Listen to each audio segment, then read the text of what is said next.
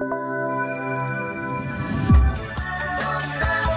good afternoon and good evening, everybody. Thank you for joining us here on this broadcast of Brain-centric Designs, the Challenge Wheel. This is some trying times, obviously, and we appreciate the group that's gathered here. There'll be more gathering online, and we appreciate you taking our time with yours because of the disruption, the rearrangement in the workplace, breathtaking speed, and really what we found out is as managers, without warning, in many cases, without any kind of preparation, all of a sudden we're thrust into the situation of managing teams online, leading them virtually, many times for the first time. And it's challenging enough, really, to manage yourself in a quarantine without face-to-face human interaction, the structure of a typical workday. And now you add the task of managing a team under those conditions, especially when you've never done it before, and it's kind of daunting, or can be. And then you get pressurized conditions, you heightened uncertainty, kind of a sense of dislocation might make it more difficult. And it's all the more reason why I thank you all for taking part in this today and finding out some things that will really give you an opportunity, if you look at this correctly, that under quarantine, every aspect of your role is kind of magnified and complicated. And this is where you get the chance to reset expectations for how work gets done and adapt your management style to this new context. And it's really kind of an exciting time because you're prepared, you're ready, and you'll find what we're going to cover today, so much of it is intuitive. You're going to hear some things that we say that you're going to say, I do that, or I've done that. The difference is how it all comes about. And I will start this session by saying it really comes to me here and now. When you're addressing somebody online, as I am with all of y'all and the recording of this, you have to understand that this entire broadcast is about the learner, the person on the other side of this, the one person who's listening, usually because they listen by themselves online. Even though we may have dozens or hundreds on a broadcast, it's really one person until you join them socially. And that's a needed element for education, for learning, for sales, for presentations, for workshops. So you have to keep in mind, everything you do is about them, not about me, the speaker. You notice I didn't introduce myself. Hi, I'm Rich Carr, really great to be here. None of that. You got that in the invite. You're here to learn something new, and because you're hardwired to do that. To keep you interested, it's got to be new, surprising, and different. Every time you meet with a group, do some things that are new, surprising, and different. Make it about me here and now, and you've got 90% of this equation licked, I promise you. It's a wonderful situation when you put it all together. So that's what we're going to do. We're going to take you through the challenge wheel, the Brain-centric Design challenge wheel, and it is a framework. And I'm using framework here as an analogy because it's so important to understand that prior to the neuroscience of learning, and more specifically brain-centric design, which is from the learning sciences in cognitive neuroscience. It's a very important distinction rather than just say it's neuroscience. It's learning sciences in cognitive neuroscience, literally the science of learning. And to do so, you need a framework. That framework is brain-centric design, and it's very much like a scaffolding. If we were going to build a building, we would first put scaffolding around it, and then we'd put all our stuff in there, construct what we're going to construct, and we would have our finished product. Another way of looking at this is the ABCs. This is a framework for language. You put the ABCs together into words and sentences and paragraphs. Pretty soon you have works of art. You've got Shakespeare, all because of a framework. Same thing with math. Amazing things can be done with these four little symbols if you understand the framework of how they work. Currency, the exact same thing. When you're working with currency, there's a framework in place of not only how one currency works, but how it interacts with another. And then finally, law is a currency, or I'm sorry, is a framework. You do bad things or you need things done, there's a structure to get it done, a framework to get those things done. So for today's view of a framework, we want to focus on the classroom. This is the classroom full of happy, smiling faces. And it's really been our framework for education, for presenting new material to an audience for only a little over 100 years. And as you can see by the engagement of these kids, I think if there's one smiling kid you can find, if you look really close, he's where is he? He's right there. It's probably named Waldo. Anyway, what's interesting about this framework is that it has not changed, and we replicate it in the get rid of my drawing here. We replicate it in the office, where we line people up in a room, and we become the sage in the stage, and we cover all this information, and the interaction is typical. About 50% people get it, 50% people don't. And now we have this additional hindrance that we don't even have a classroom. We can't even gauge their face, their body language. You can't do anything. We wonder if they're even engaged with us at home. And we can see this sometimes in cameras if they show cameras. But they're now even spoofing that. I don't know if you've seen this now, that with Zoom, which is the platform we're using here, you can loop a video and make it look like you're there, but you're not really there. And it's hard to pick out when you've got all these different faces up here moving to your right, and you know who's live, who's not. I covered the material. Check. Let's move on to the next thing. That is the old framework of education. That is this framework that you see here in the background, the classroom, sage on the stage, behaviorist framework. Behaviorist, I'm going to get into some neuroscience terms, but I'll try to keep those simple, because where we found success is by making it simple and then making it accessible and learnable and scalable. So this circle here represents a classroom hour. And it could be a week, it could be a month, it could be an entire course, it could be just a workshop or a meeting. It's just an hour, and how we go about teaching things online now. If you look at this hour, what we do is we cram it full of information, and we ask people to memorize it. And then at the end of this hour, when we're done cramming information and lecturing about all the stuff we know, we give them a test. And through whatever way we choose the questions on this test, we give an aptitude, and we say, this is what you do. And we haven't changed, again, from this classroom model to your current work model to now having to do this same kind of model online. And I'm using test as an example here, but we can go over different scenarios as we move forward. All we want to do here is get you engaged. And this is where the challenge wheel really, really makes a big difference. For the folks that pre-registered, I sent you a link to a PDF that we call our cognitive rehearsal worksheet. And if you don't have one at home, just pick up a piece of paper, just a regular old piece of paper.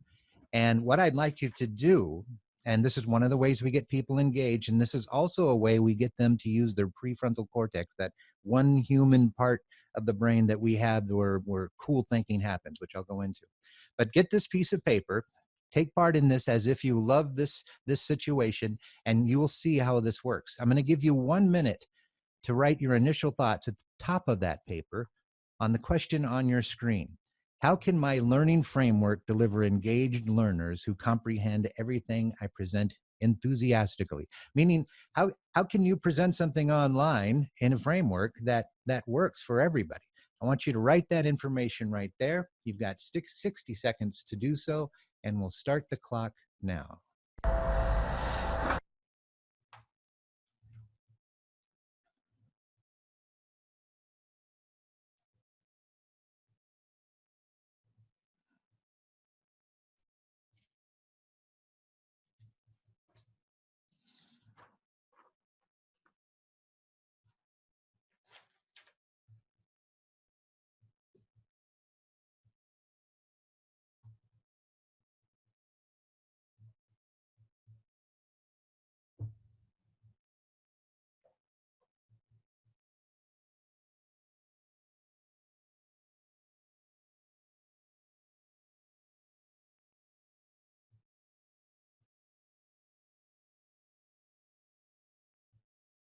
10 seconds.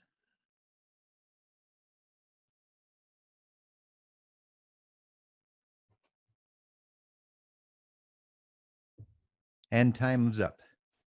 This is an interesting part about the challenge wheel and doing so online, because you're saying, hey, we're online, we can do online stuff. Wouldn't it be easier just to type something on your keyboard? Yes, you could. However, I want you to lean forward on a piece of paper and encode the information in your brain and put it on a piece of paper. Your initial thoughts about a challenge. And the challenge and its initial thoughts are the very first part of a framework I want to introduce to you called the challenge wheel. The challenge, it needs to be attainable, it needs to be reachable, but it has to have some effort in it. Has to be somebody or something people can think about, and it's extremely important to have them take the time. I said 1 minute. I gave you 1 minute to write down whatever they want. And even if you write, I don't know, that's okay. Because these are your thoughts, they're private, and they're really baseline thinking. They make you think, which is the goal of brain-centric design, to teach you to think, not memorize. They make you think of what you think about the challenge. Now, this challenge could have been, how can this new framework at work be to my advantage? And then give somebody 60 seconds to write that down. That puts them in their prefrontal cortex. That's the one human part of the brain that we have that most animals don't. All don't. I can go over that in a moment. But that's where we do our big thinking, our strategizing, our generating of new thought right up here. And we engage everything from the brain up to the front about this question. So this question can be anything. It's very important, and we can come back to it. But this is an initial thoughts part of the wheel. So again, let's go back to the models of education. We have the old model, the old way on the that's loading here on the screen, which is give them cover a bunch of information and test them on it. Sometimes this is called the behaviorist method, or the rewards and punishment system. And then we have the system over here on the right, developed by Dr. Kiran Omani and myself, called the challenge wheel. And the challenge wheel, let's just, for apples' sake to apples here, if the diagram on the left is an hour, we'll consider what's happening here on the right also an hour.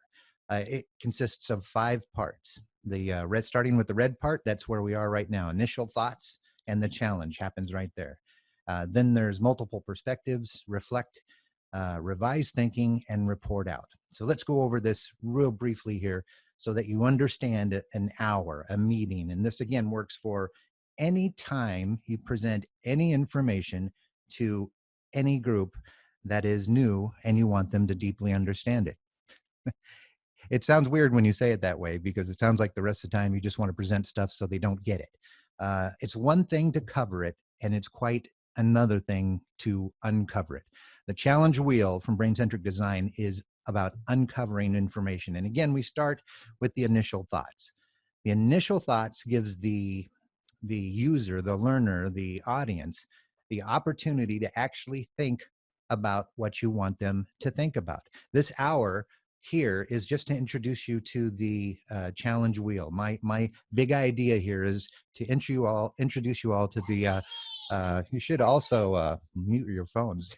That's my grandson. I recorded. Vulnerable. Okay, so your initial thoughts. That's where you state the challenge and you ask that user to lean in and actually think about your question. Very important part. It's followed by multiple perspectives, and we're actually in that now. I've already had your initial thoughts, and now I'm giving you multiple perspectives on the challenge wheel. I'm showing you a video, I'm talking about it, I'm showing you graphics, I've had you write some things down, there's some other things I'm going to show you, multiple perspectives. In this hour, it's about 15 or 20 minutes of the hour of actually presenting different perspectives on my challenge. I then, just like a computer, give the user time to access their brain and think about things, think about what it was we just showed them, and have their brain put it together. Because remember, this is brain-centric design. When somebody enters one of our learning spaces, we don't call them classrooms, because classrooms remind us of the old way that none of us really liked. You know, it's funny, we like that one teacher. If I asked you all, hey, who's that one teacher? You could think of that one teacher, and the reason you thought of him is because he did things different. He just didn't do what the other ones did.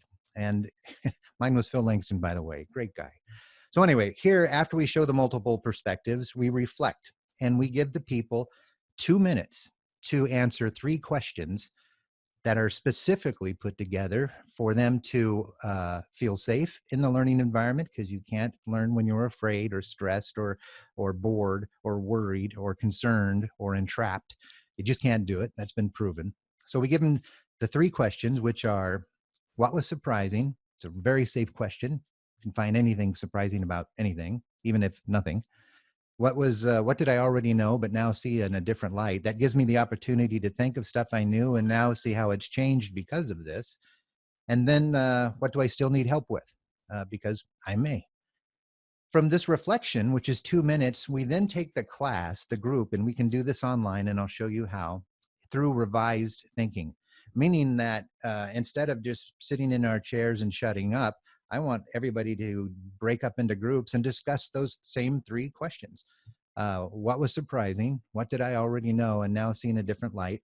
And what do I still need help with? And what you'll find is that everybody in your class and online does have a brain, that all brains process information the same way, and all brains have thoughts and experiences on your big idea, on the challenge. They have some thought about their framework and how they keep people engaged, and they'll discuss during this time. This is about a 15-minute time period.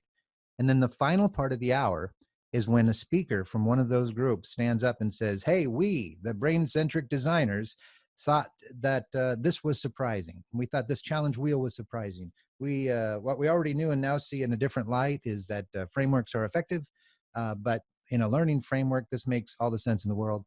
And what we still need help with is how exactly do we do it, and what are these multiple perspective things? It's a great way of collaboration and co-creation, and it's very safe. Takes people through a very safe model on how the brain connects to a concept, especially remotely. Now, Dr. Omani couldn't be with us here today, but I did pull out something from our Brain-centric Instructional Designer course where he speaks specifically to the lobes of the brain.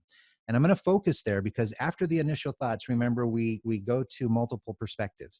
The multiple perspectives are where we take the concept that we're teaching and we attach it to each lobe of the brain through a perspective. I'm going to say that one more time. Say if we're teaching a course about chocolate chip cookies, I'm going to talk about that chocolate chip cookie. I'm going to show a chocolate chip cookie. I'm going to have them make chocolate chip cookie batter, and I'm going to have them all eat chocolate chip cookies. And I'm going to touch 4 lobes of the brain that way. So I simplified it a little bit, but let's hear what Dr. Omani has to say.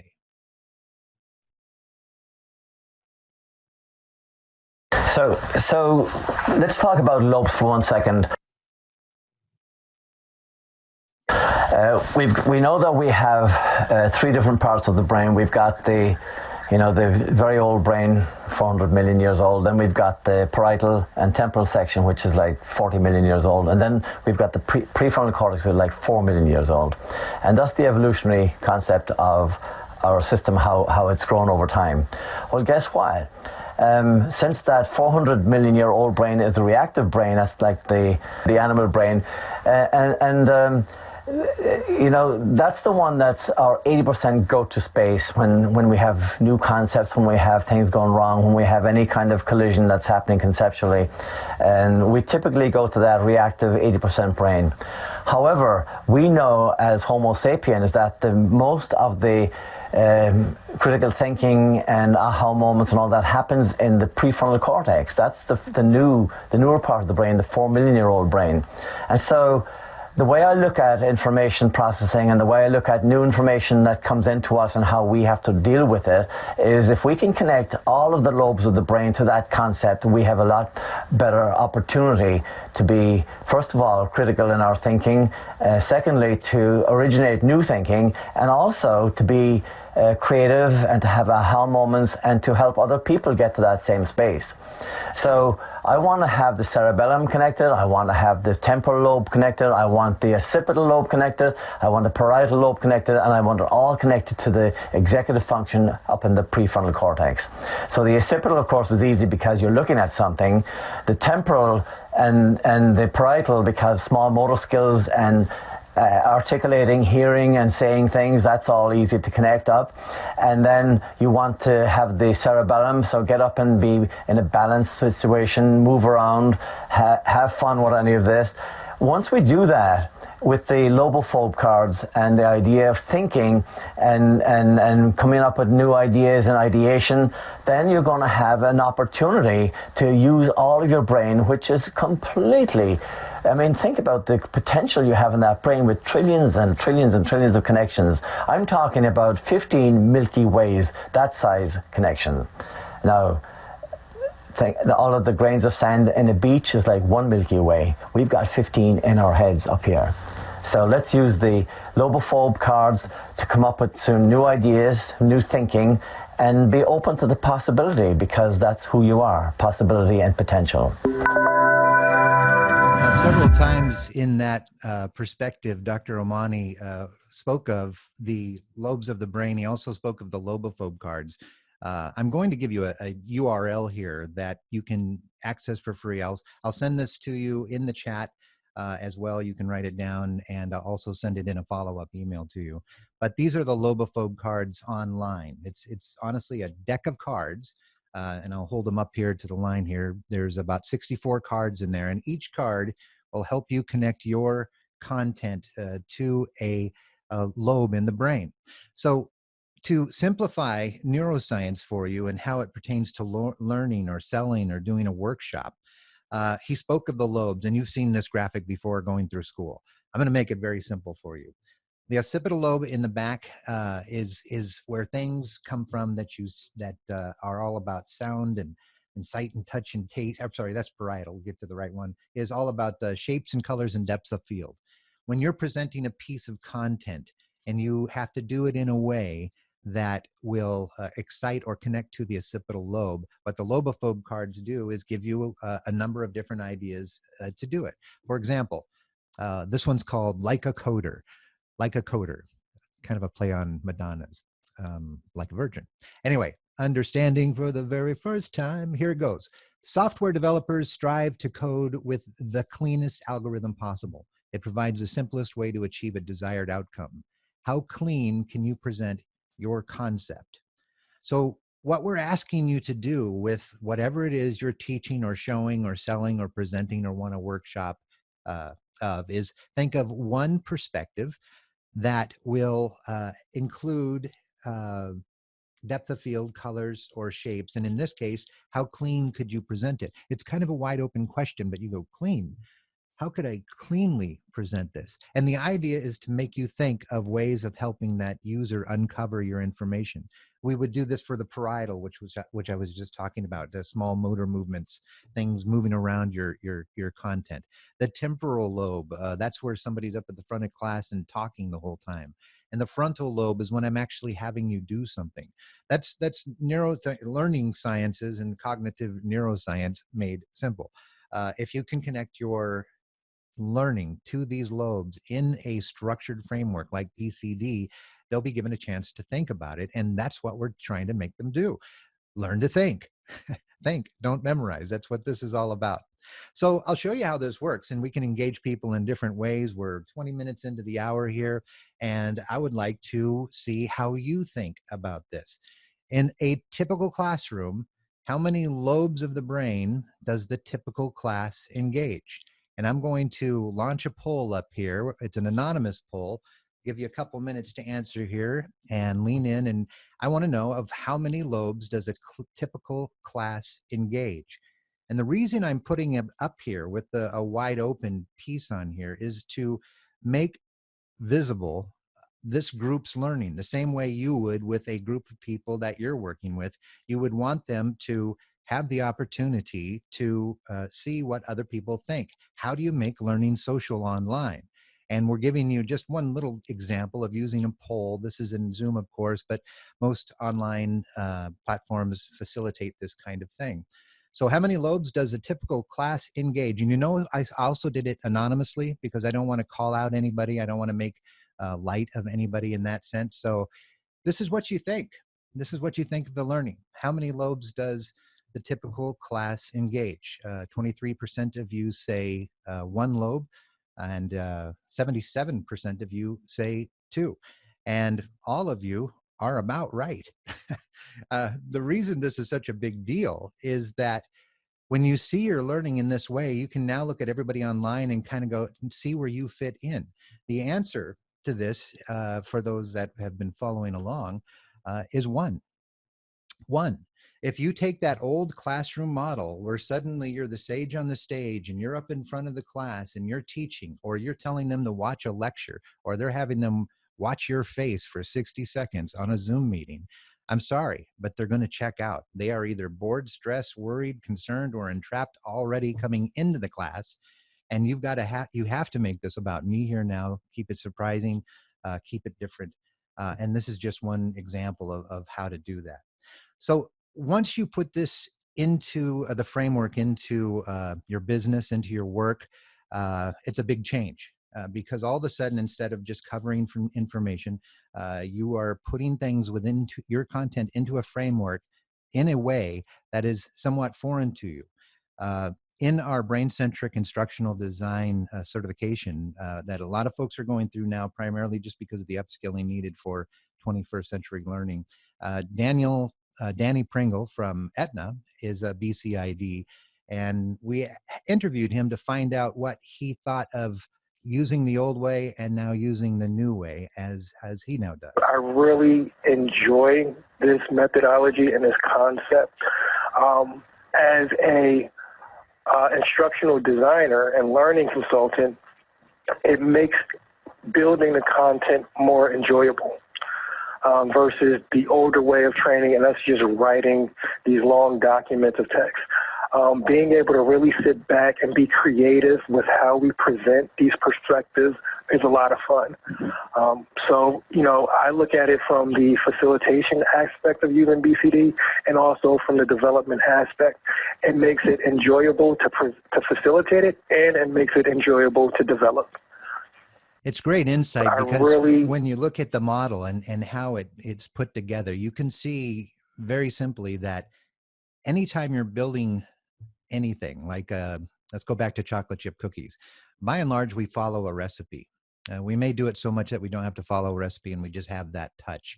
And brain-centric design is similar. Once you understand that you need a big idea, the one thing that you're going to teach, and not only teach, but measure, how are you going to measure it? What is a success? I can go over that shortly, but then you go through the pieces. What is the challenge of this one thing I want to teach them?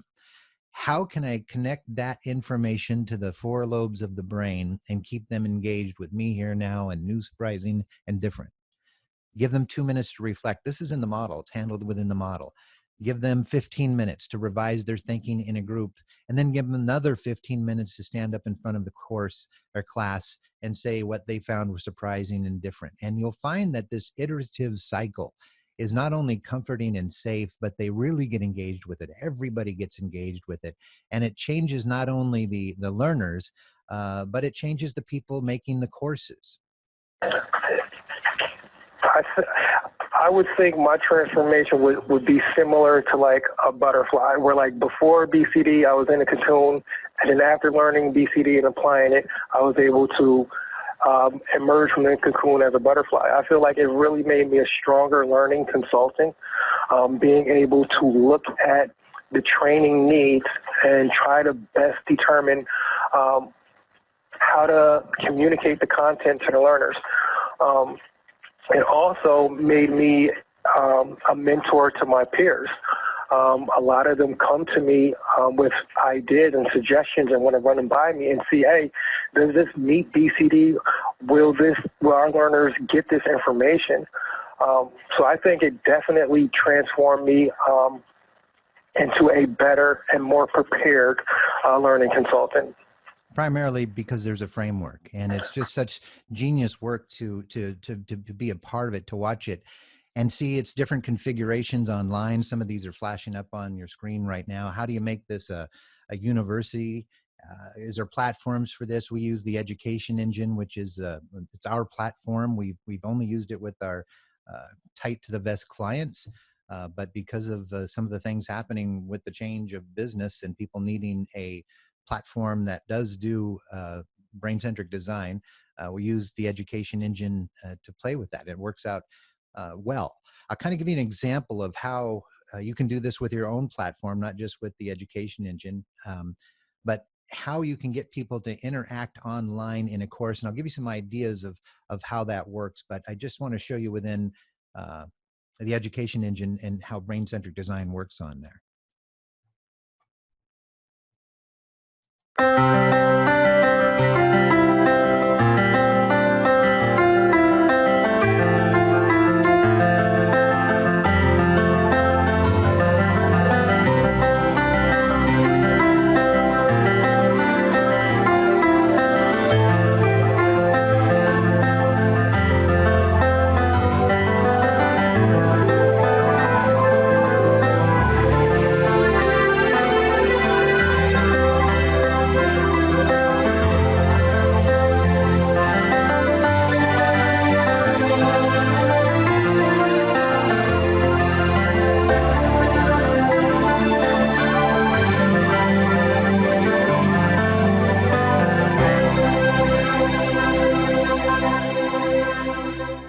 On this last slide there, you might have noticed at the bottom it said supervisor's signature and their signature.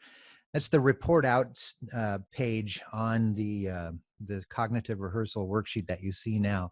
Online, we spit one out and we use this as the mentor-mentee model. And this is a great idea. It's really caught on with a lot of folks. And here's how it works. Again, you can do this without any of our platform and structure it similarly. You send them to an online course that they're doing, and you ask them to answer those 3 questions before they come back to you or you meet with them online. And what you do is discuss the course, which of course you know all the contents of, and then they come back, and your meeting is really them going over those 3 questions with you. What was surprising, and have them go deep into that information to make sure they understand it, because what you're pushing at them, what you're showing, what you're presenting is key. It's key to your business, and you need to make that happen. So there is a very clear model to this where they're accountable for the information, and that makes your work better. And because you've not only engaged them for the 30 minutes we've been together, it's only been 30 minutes, but now you're asking them to participate in some questions that you want committed to paper, and then you're going to discuss that with them. It's key as a manager or a salesperson or a collaborator to understand that people need time to process this information. And when they come back to you and you give them the opportunity to align their thoughts and experiences with the information that you gave them, so much of the time, new thoughts, new things that you would have never thought even come back to you. And then that's where we all happen to slide into adaptive experts. Because of all this going on, the disruption, the rearrangement, the dislocation, no problem.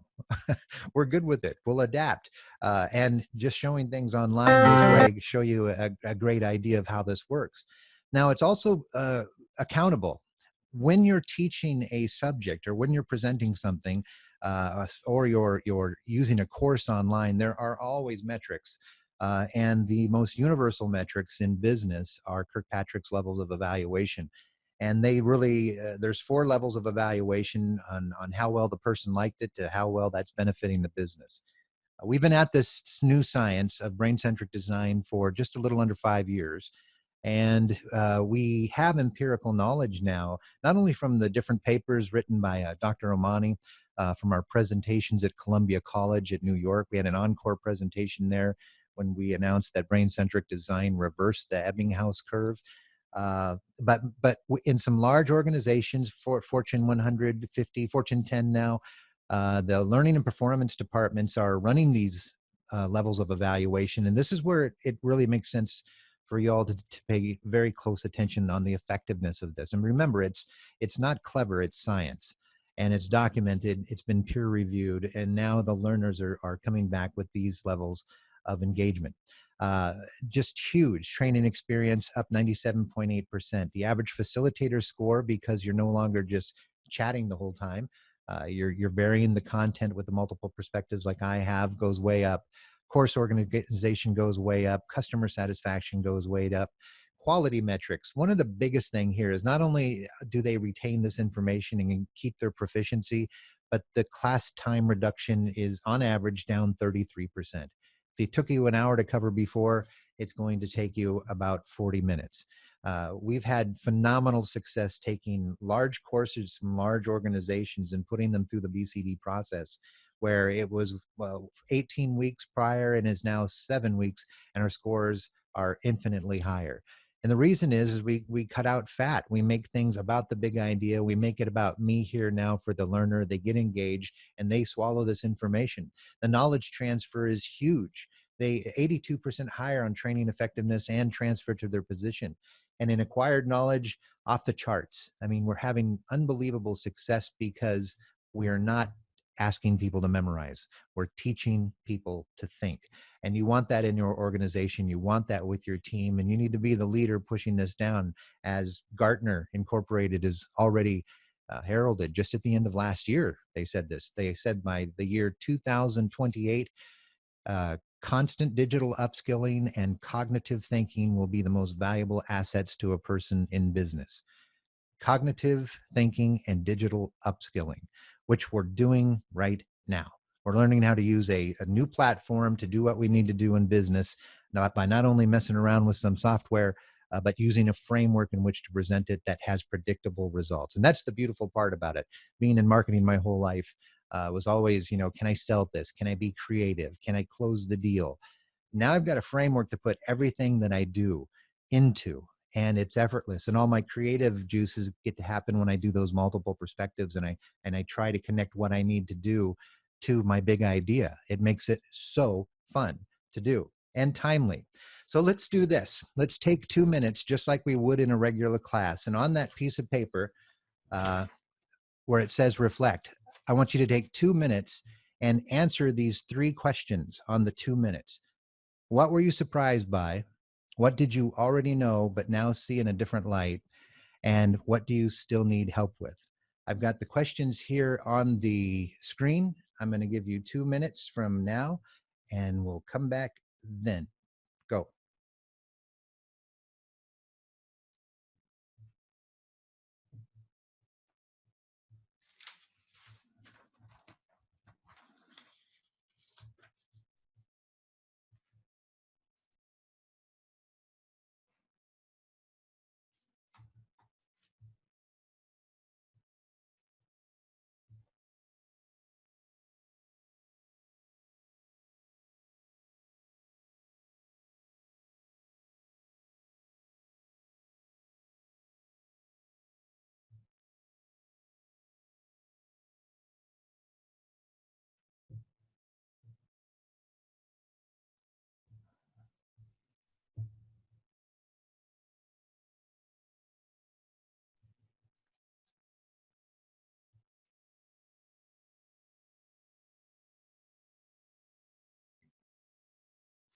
One minute remaining. 1 minute remaining.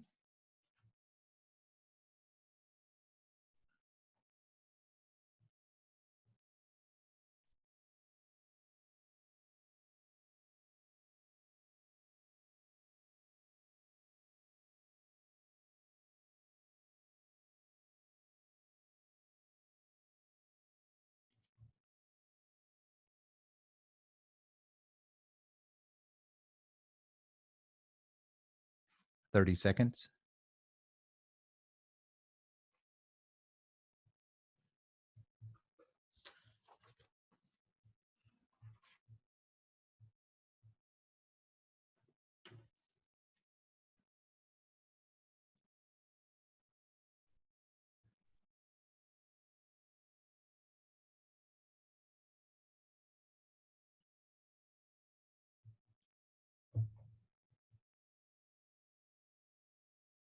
And time's up.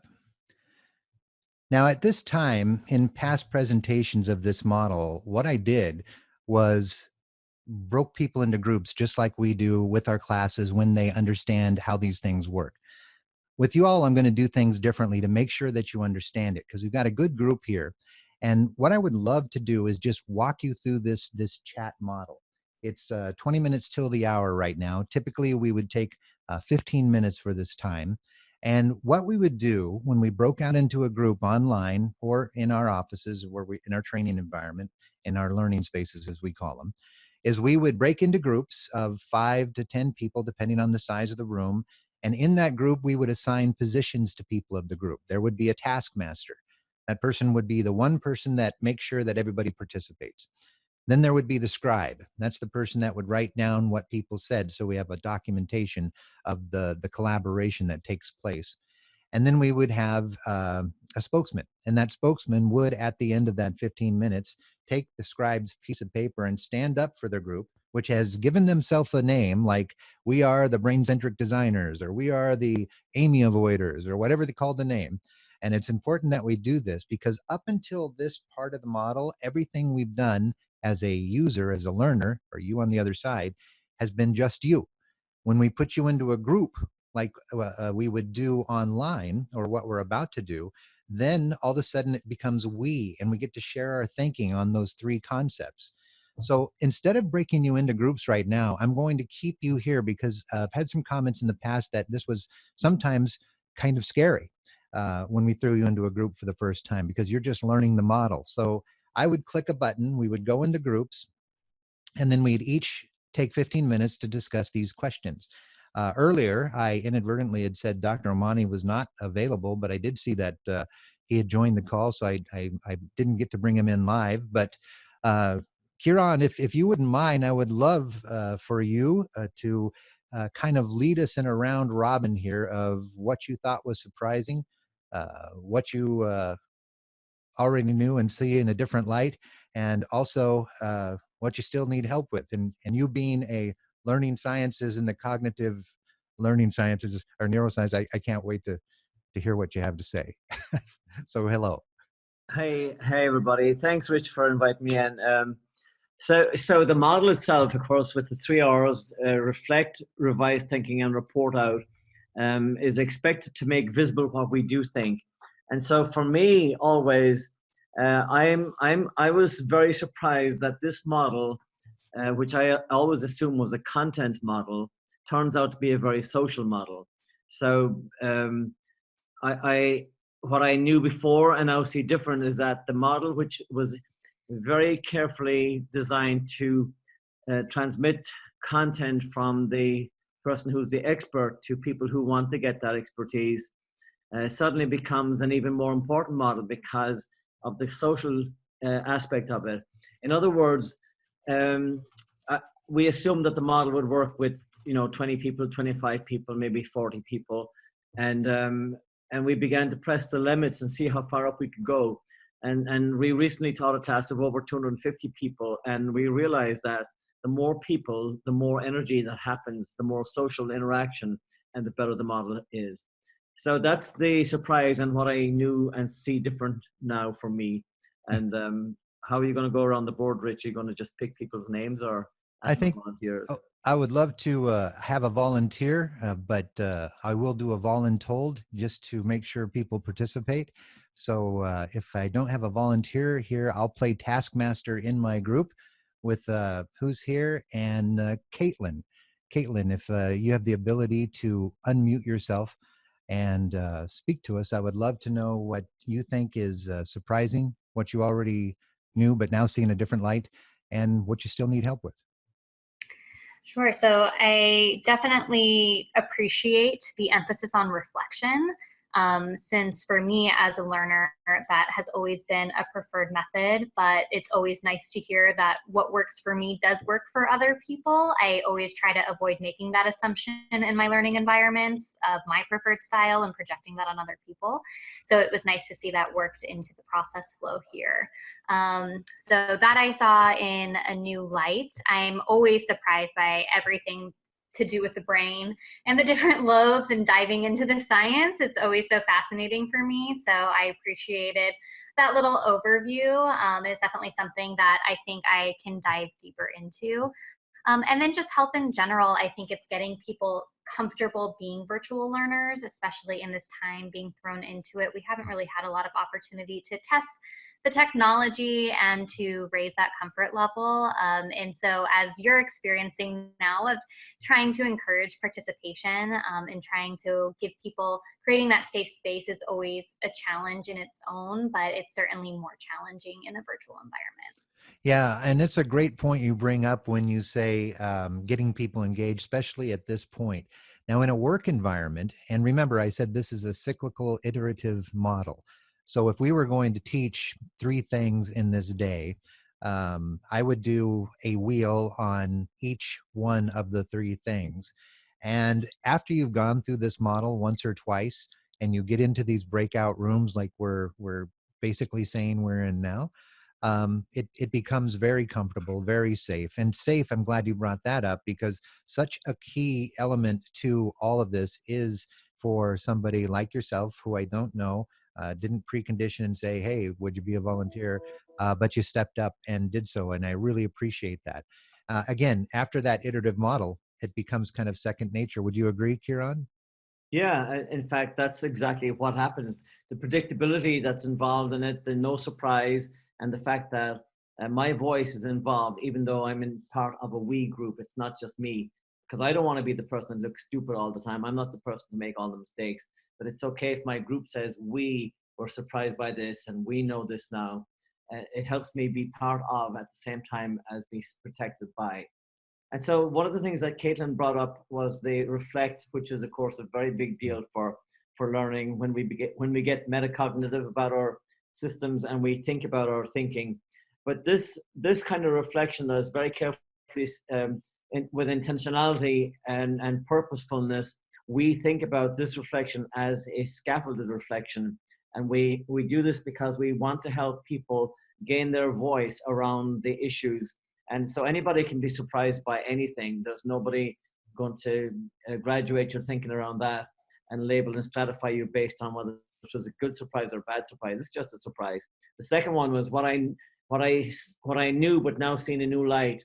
That's a type of reflection that helps you shift your thinking. So it's bringing to bear a metacognitive moment where we're forcing the brain to be in its prefrontal cortex. And the last one is the simple one, is I need help with this. And that helps everybody. At the beginning, people are afraid to say I need help because they don't want to look stupid. But when they find out that it's very safe to look for help in your group, then that opens up the door for all kinds of learning. It really does. Thank you. I'll be the taskmaster once again, and I see Marcia is demuted. Marcia, would you mind letting us know what you think is surprising, what you already know, and what you still need help with?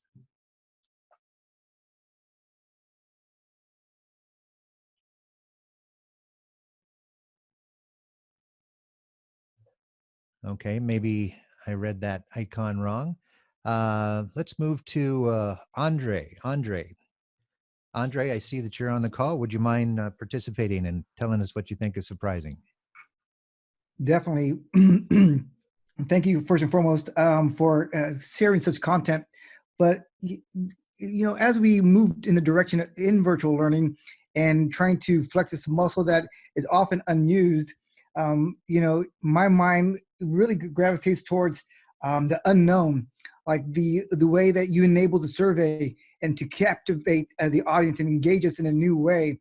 How do I, take these tools and resources to learn to really drive home clear messaging, fun, interactive ways, and to keep others on their toes in this new space. Because once again, we can get on a soapbox, we can have such dialogue and think that we landed a message, but knowing what you shared today about 1 to 2 of our lobes being utilized, like I want to see how I can expand to really capture my audience's attention to 2 to 3 lobes, right? And really trying to challenge myself to think differently and how I approach this space, because I do work with variations of generations, right? Millennials, Gen Z, and knowing that all are different learners, like how do we really engage them in a way that really not only shares the content that we're trying to deliver, but they also retain such content.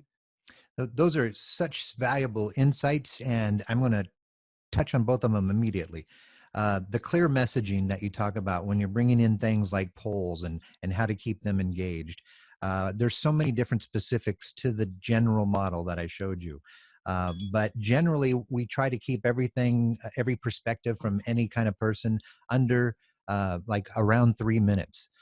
You've noticed we've used different voices. We use different graphics. We use different videos. All of them are short.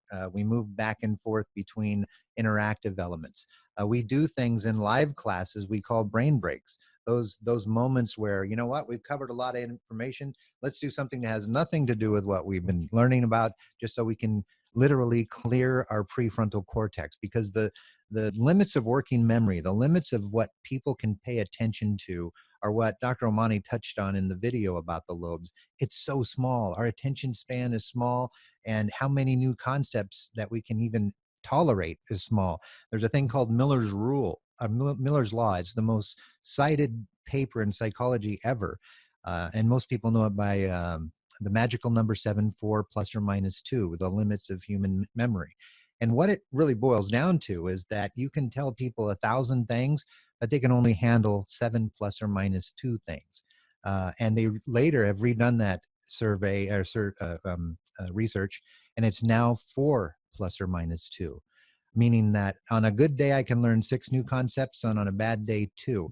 Well, with COVID-19 everywhere and quarantine everywhere and people learning online and people with they're already in their amygdala, we consider that limit now to be 1. That is why in this course, all we really wanted you to do was see that there is a framework, there is a resource that you can plug your questions into, and there are rules that many of you do intuitively because you're leaders, and you say, gee, this works, gee, this works. What BcD does from the learning sciences and cognitive neuroscience is literally show you how to put the information in a structure that the brain will accept it, and then present it in a way that people love to learn, and the way your average brain works. Now, the second thing you brought up is that people have different learning styles, or there's different kind of learners, different generations in the room. They all have the same brain. They all process information the same way. And what you find in your class is, and we can go over this, and we will, and it is covered in the book, but we should go over this in another workshop online. There's really only 2 kinds of people in the room, what we call the dandelion and the orchids. And actually that's not what we call it. That's from the Dandelion and the Orchid by Daniel Coyle. And I think I got that name wrong because I always Hoist. I did it again, didn't I? Daniel Boyce. And it's an amazing read. It's called The Dandelion and the Orchid. And Thomas Boyce. Thomas Boyce? Daniel, I got the whole thing wrong. Thank you. But it's really that and you'll know this if you look at your work group, your team, you've got dandelions and orchids. The dandelions, doesn't matter what you throw at them, they'll survive. They may complain and jostle a bit, but they're survivors. They'll get through anything. Like a dandelion, it grows in a crack on the sidewalk. Then you've got your orchids. The orchids are those that they need the proper pH, the proper sun, and proper everything, or they wilt and they go away. But typically, they're the most beautiful ones. The model that Dr. Kiran Omani had put together with Brain-centric Design is built so that it's safe for those orchids. And we literally say we teach to the orchid when we're building these perspectives. The artwork comes in those perspectives.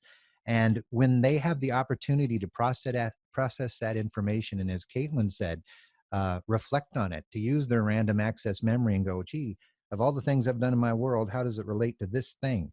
We don't give them that time in a typical classroom, and you need to give them that time. Then you need them to talk with people, to chat and say, hey, Bob, what do you think? Sam, Sarah, Matt, are you in on this? What do you think? Very, very important. And then when you speak as a group to everybody else, you're not only doing cognitive rehearsal, or what we call Hebb's rule, neurons that fire together, wire together. We're saying the same thing in different voices again and again and again, all in the same hour. When we bring that to the forefront with all those different voices, we have more time to listen to those voices and think about our own thinking, and again, develop new thoughts. And that puts us in a safe environment. We can go over this more and more, but very insightful of what you said. And I would just say, keep diving into the learning sciences and cognitive neuroscience. There's a lot of information online with brain-centric design. We engage with companies. The reason we started doing these is that we get a lot of people asking us for bench strength. Hey, can you help us build this or do this for us or be a part of this team? Because we have these BcIDs all over. But if they follow this method and this methodology, again, you get those wonderful, predictable results. And because it's an iterative cycle, after 1 or 2 iterations in the model, they're comfortable with it. They know what to expect, and it becomes more fun, and they start growing and blooming. And you as a facilitator, as a leader, especially with their feedback on what do I still need help with, they are literally saying, help me with this. So rather than going your agenda, you can cover that information with them either individually or again in a group in a safer space. We have time for one more person to share with us if we could get that. I'll go ahead and just call on somebody if that's all right and put Julia. Julia, would it be fair to have you join in and tell us what was surprising and what you already knew and now see in a different light? Hi, yeah, sure. So I did your 2-day thing, your 2-day certification. Rollins wasn't with me. I remember yoga, right? Yeah. Yes, that was in October. Yes. So not too many. I guess it wasn't anything earth-shattering because I spent 16 hours with you guys.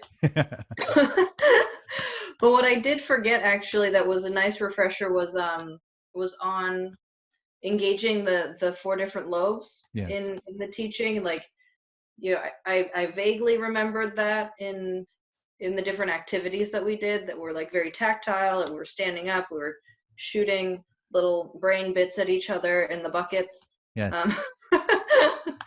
But yeah, I think that was something that in facilitating my mindfulness course over the last month before the quarantine kind of started. I saw a lot of those reflection exercises, I think, come across really impactfully. So that was cool. That's fabulous. Thank you so much. I'm glad you're using it in your class as well. And thanks for sharing, because I know I remember that because you and another individual came and were asking specific questions after the meeting. So really fun to see you again. Thank you. You're welcome.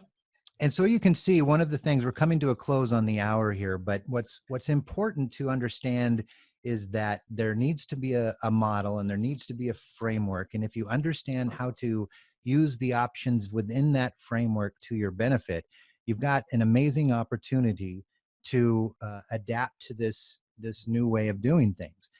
We just did our report out with the groups, and you can see we've covered this information in a variety of different ways. When we do it with a specific subject, and we do it with your group, and you get the different feedback from your individuals, you'll find that it's a wonderful way to get that conversation going. And even in following up, even ask for comments, like whether you send them to me in an email. I've got the email there on your page, in the chat here, or individually. It's wonderful to hear back from you and see how you're using brain-centric design, how you're initiating it, if you still need help with it, if you're looking for certification. Because again, we started this about 5 years ago, and as the years have gone by and we have amassed the science that we needed, it's been so nice to not be clever in putting together the framework, because the framework's there. It's been so wonderful to be clever in those multiple perspectives, which are just, they're going to be the next workshop we'll do online. We'll work on building just a perspective within this model and have some fun with that. But I look forward to your comments. If you have any in the chat, please feel free to put them there and let us know what's happening. Appreciate you taking out the time today, because again, with all the changes and disruption, it's folks like you taking out times like this that make the difference and push things forward and change from a behaviorist to a cognitive model. So on behalf of all of us here at BcD, we certainly appreciate you taking part today. Be safe, be well, and we'll see you next time. Thank you.